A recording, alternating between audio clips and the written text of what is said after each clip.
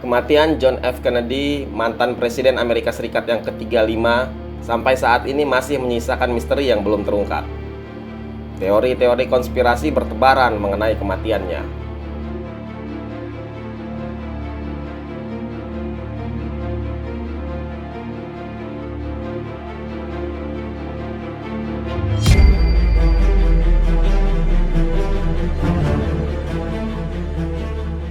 Tapi pernahkah Anda mendengar bahwa kematian Kennedy berhubungan dengan tumbangnya Soekarno dan penguasaan tambang emas di Papua?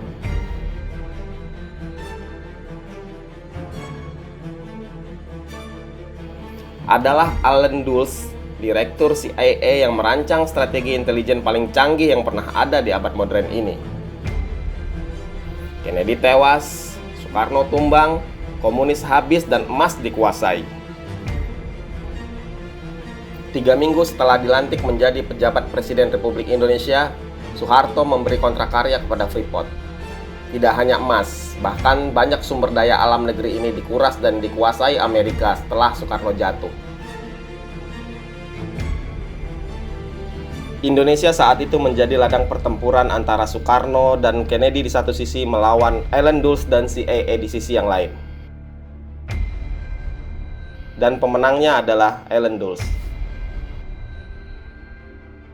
Adalah Gert Paul-Green, seorang Indonesianis yang juga pengajar sejarah asal Australia. Dalam bukunya JFK vs. Allen Dulles, Battleground Indonesia mengisahkan cerita tentang itu. Konflik paling rumit dan paling membingungkan ini berawal dari ditemukannya sumber emas dan tembaga terbesar di dunia di kawasan Ertsberg dan Grijsberg di Papua pada tahun 1936. Jean-Jacques Dosy, peneliti dari Netherlands New Guinea Petroleum Company atau NNGPM, perusahaan tambang Belanda yang menemukan tambang itu bersama 2 rekannya yang lain. Tentu saja ini akan menggiurkan bagi perusahaan-perusahaan tambang dunia. Namun pada saat itu Belanda mengecilkan kabar itu agar publik tidak banyak tahu. Tentu saja Belanda cemas, Papua bakal jadi kue rebutan dan incaran banyak bangsa. Ketika Belanda dan Indonesia berebut kedaulatan di Papua, sebenarnya ada pertikaian tak kasat mata antara otoritas Belanda dengan perusahaan milik keluarga Rockefeller, keluarga konglomerat Amerika Serikat yang legendaris itu. Sesungguhnya 60% saham NNGPM, perusahaan tambang Belanda tempat Dosy bekerja itu, dikuasai oleh Standard Vacuum Oil dan Standard Oil of California.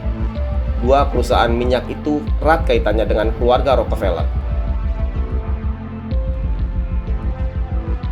NNGPM memproyeksikan Freeport Sulfur menguasai akses tambang emas di Ertsberg di Papua. Disinilah Dulles bermain peran di 2 panggung.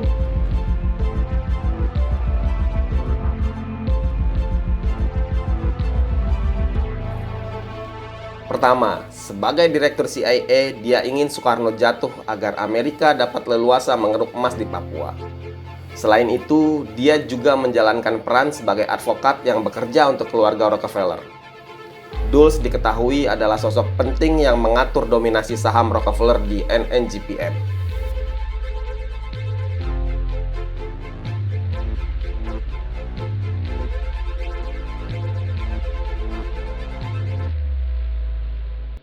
Ketika Belanda akhirnya menyerahkan Papua kepada Indonesia pada tahun 1962, Freeport sangat khawatir terhadap pengamanan akses ke tambang emas itu.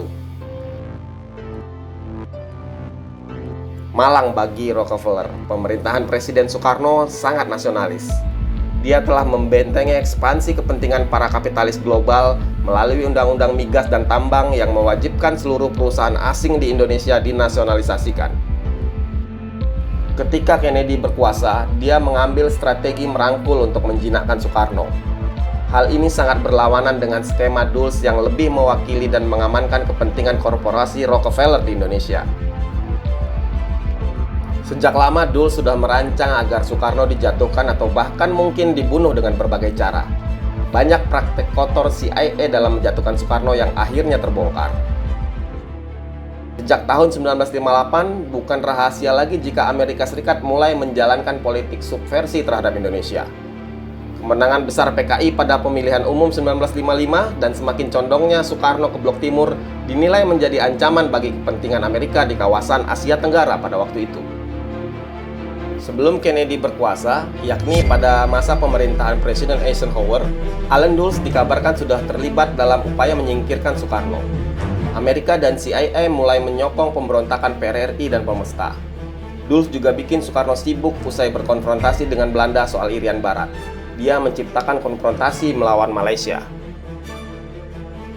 Salah satu trik kotor yang dilakukan CIA untuk menjebak Soekarno terjadi pada pertengahan 1965. CIA mengirimkan seorang agennya yang sangat cantik yang memiliki penampilan menarik. Pat Price namanya. Pat Price berhasil memasuki Istana Merdeka dan menyamar menjadi seorang mahasiswi dari Amerika yang tengah melakukan penelitian mengenai kebudayaan Jawa. Singkat kata, Pat Price berhasil bergaul akrab dengan Soekarno dan anak-anaknya. Bahkan menurut Guntur Soekarno Putra dalam buku Bung Karno, Bapakku, Kawanku, dan Guruku, bapaknya nyaris saja jatuh dalam pelukan perempuan asing itu. Untunglah sebelum situasi berjalan lebih jauh, Soekarno diberitahu oleh Presiden Pakistan Ayub Khan jika perempuan cantik yang ada di istananya itu adalah agen CIA. Informasi dari salah satu sahabat dekatnya itu membuat Soekarno berang. Pat kemudian diusir dari Indonesia. Tak hanya itu yang dilakukan CIA, mereka juga membuat propaganda kotor untuk menjatuhkan Soekarno. Salah satunya adalah memproduksi film porno dengan kode Happy Days untuk menyudutkan Soekarno. Film berdurasi pendek ini memperlihatkan seseorang yang mirip Soekarno tengah beradegan mesum dengan seorang perempuan bule.